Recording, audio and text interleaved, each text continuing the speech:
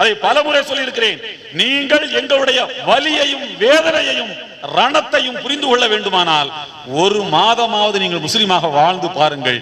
அப்பொழுதுதான் தெரியும் இந்த நாட்டில் எங்களை எவ்வளவு அவமானப்படுத்துகிறார்கள் என்று.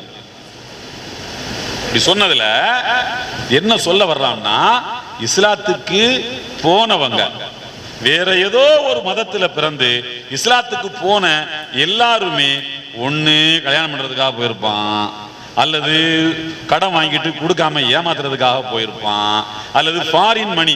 மீனாட்சிபுரத்தை சொன்னால ரஹ்மத் நகர வெளிநாட்டில இருந்து எம்ஜிஆரே சொன்னார், வெளிநாட்டில இருந்து பணம் வந்திருக்கு, அதனாலதான் அந்த காசை வாங்குறதுக்கு தான் எல்லாரும் இஸ்லாத்துக்கு போனாங்க தலித்துகள் எல்லாம் அப்படின்னு சொன்னார். ஒண்ணு ஃபாரின் மணி, ஃபாரின் ஃபண்ட், வெளிநாட்டு கரன்சிகளுக்காக போயிருப்பார்கள், அல்லது பெண்களுக்காக போயிருப்பார்கள், அல்லது வாங்கிய கடனை திருப்பி கொடுக்காமல் ஆட்டையை போடுவதற்காக இஸ்லாத்துக்கு போயிருப்பார்கள் என்கிற பிம்பத்தை தானே இந்தியாவில் நீ உருவாக்க விரும்புகிறாய். இன்றைக்கு இந்த ஜட்ஜ்மெண்ட் 1000 ஆண்டு காலம் ஆனாலும் உச்ச நீதிமன்றத்தினுடைய இந்த தீர்ப்பு இருக்கும், அழிக்க முடியாது.